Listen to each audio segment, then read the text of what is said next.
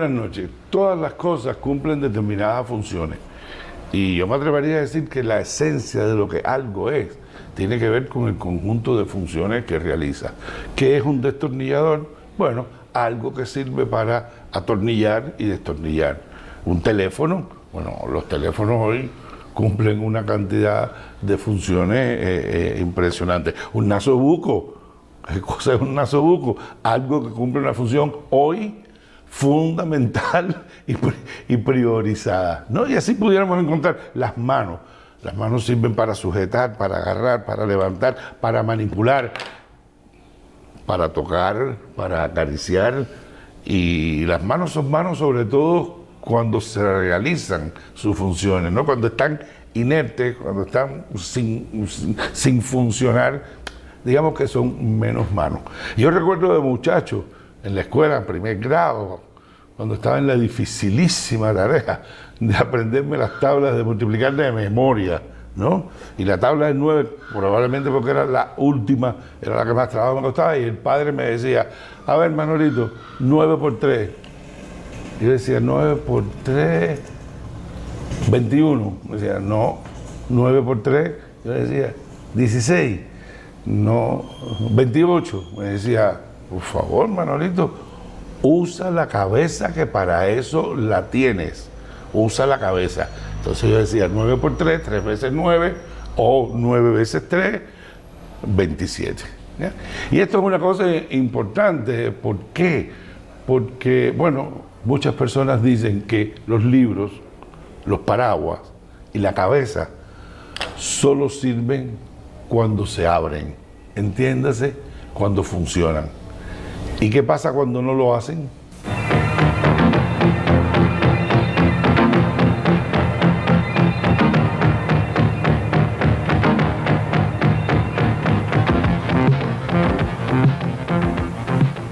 Bueno, hemos utilizado una analogía interesante, útil, y que nos puede servir de un recordatorio constante.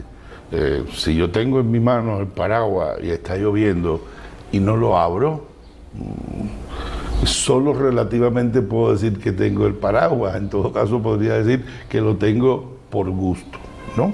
Si yo tengo entonces mi mente, si yo tengo mis capacidades psicológicas, mis capacidades subjetivas, etcétera, ¿verdad?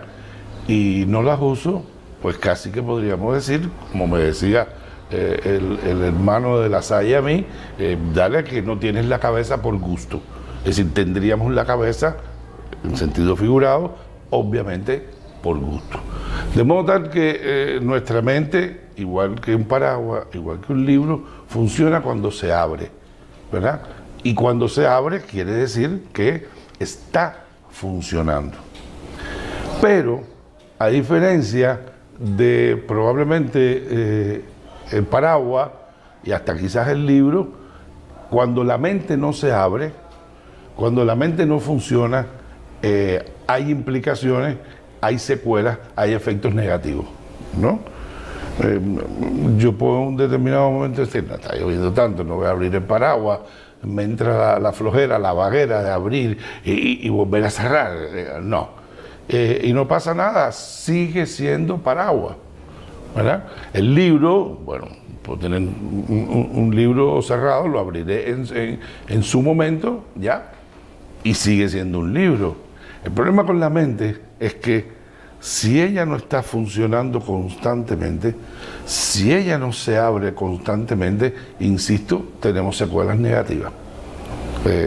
Pongámoslo sobre la mesa claramente. ¿Qué pasa cuando nosotros nos aferramos a un mismo modo de pensar, a un mismo modo de ver las cosas, a un mismo modo de hacer las cosas, desde la perspectiva obviamente psicológica? Pues, digámoslo así, nuestra mente se queda en el mismo lugar. Y quedarse en el mismo lugar, en una situación donde las otras mentes van cambiando, donde la realidad va cambiando, donde se demandan cambios para garantizar mejores relaciones adaptativas y adaptativas críticas con la realidad, entonces mi mente en el mismo lugar se atrasa. Mi mente en el mismo lugar se hace menos funcional. Las capacidades que supuestamente yo tenía, de pronto son capacidades obsolescentes, son capacidades que empiezan a dejar de ser útiles, ya no solo porque yo no las use, sino porque ya no se pueden usar, porque en las nuevas condiciones, en la nueva realidad, no funcionan. ¿Y qué va a pasar entonces? Es decir, primera consecuencia, no, yo no me abro al mundo, yo no abro mi mente, yo no abro el cambio, me quedo en el mismo lugar, me quedo estancado, que quiere decir en realidad, en relaciones de relatividad, que voy hacia atrás. ¿Ya? Este es un primer efecto negativo. ¿Y este efecto negativo qué quiere decir? ¿A qué nos lleva a este efecto negativo? Bueno, esto nos lleva a que como es nuestra mente, como es nuestro modo de pensar, como es nuestro modo de ver las cosas, ¿qué va a intentar hacer? Imponerse, tratar de ver lo distinto de la misma manera, tratar de hacer lo nuevo, lo distinto de la misma manera. Y entonces definitivamente nuestra mente se va convirtiendo en un instrumento de reproducción de lo retrógrado, en un instrumento de reproducción de lo obsoleto, de lo que ya no debería ser. Deberíamos estar en otro lugar, pero nuestra mente está defendiendo el lugar anterior. Y obviamente en nuestro comportamiento estamos defendiendo el lugar anterior. Segunda secuela negativa. Ahora imagínense además que nosotros tengamos una determinada posición frente a otras personas, ¿no? Pueden ser las personas que trabajan con nosotros, ¿verdad? Los mal llamados subordinados. A mí no me gusta la palabra subordinación. Los compañeros de trabajo son esos compañeros de trabajo, colaboradores. Y la del jefe es una función más entre las diferentes funciones que hay en un equipo de trabajo. Los padres, pero a veces nosotros nos posicionamos en una cierta asimetría, no horizontal, sino vertical. Y entonces, ¿qué pasa? Que esta mente que no se abre, que no realiza su función natural, que no hace lo que tiene que hacer, que se queda estancada y que defiende entonces lo que ya no debería hacerse frente a lo que debería hacerse, empieza a comandar modelos de relación y empieza a convertirse en ¿qué? En miradas dogmáticas, en miradas hegemónicas. Lo haces o lo haces porque lo digo yo que soy tu padre, porque lo digo yo que soy tu jefe, porque lo digo yo que soy el director. Entonces, fíjense que esta falta de apertura con la mente, empieza entonces a generar actitudes contradictorias con el desarrollo, contradictorias con el cambio necesario, contradictorias con el movimiento. Entonces, nos estamos comprometiendo a las 10 de última en instrumentos de la intolerancia, instrumentos obstaculizadores. Nosotros somos los obstáculos. Los obstáculos no es que existan o preexistan a nosotros, es que nosotros convertimos las cosas en obstáculos. Digamos, nosotros no, perdón, me quito de esa lista. Las personas que no abren su mente, al desarrollo, que no hacen funcionar a su mente, se convierten en los verdaderos obstáculos. Siempre lo digo, admito que posiblemente, porque me toca, porque soy psicólogo, digo que detrás de cualquier obstáculo objetivo, detrás de cualquier normativa disfuncional, detrás de cualquier intento de no avanzar en una dirección, de no ejecutar un programa avanzado, de no tomar una decisión avanzada, muchas veces arriesgada, ¿qué cosa hay? Una mente cerrada que no se ha abierto, una mente que no propende el desarrollo y además convierte su obsolescente mentalidad en forma de funcionamiento. Entiéndase, en obstáculo, en prohibición, en esto no se puede, en esto no se debe, esto no es lo que necesitamos hacer.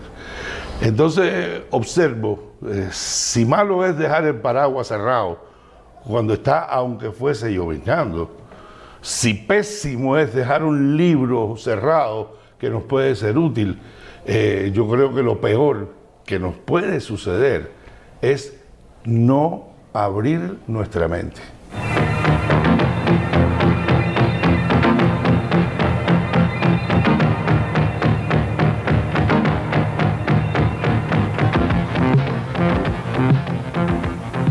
La mente que no se abre, la mente que no se abre, es justamente una mente propensa a la enfermedad mental, y no a la enfermedad mental psiquiátrica con alguna implicación del orden de lo biológico, etcétera, sino a una enfermedad psicológica, a una enfermedad psicosocial, entre las cuales podemos poner la corrupción, la falta de compromiso, la apatía. Son, desde el punto de vista psicológico, enfermedades. ¿Por qué?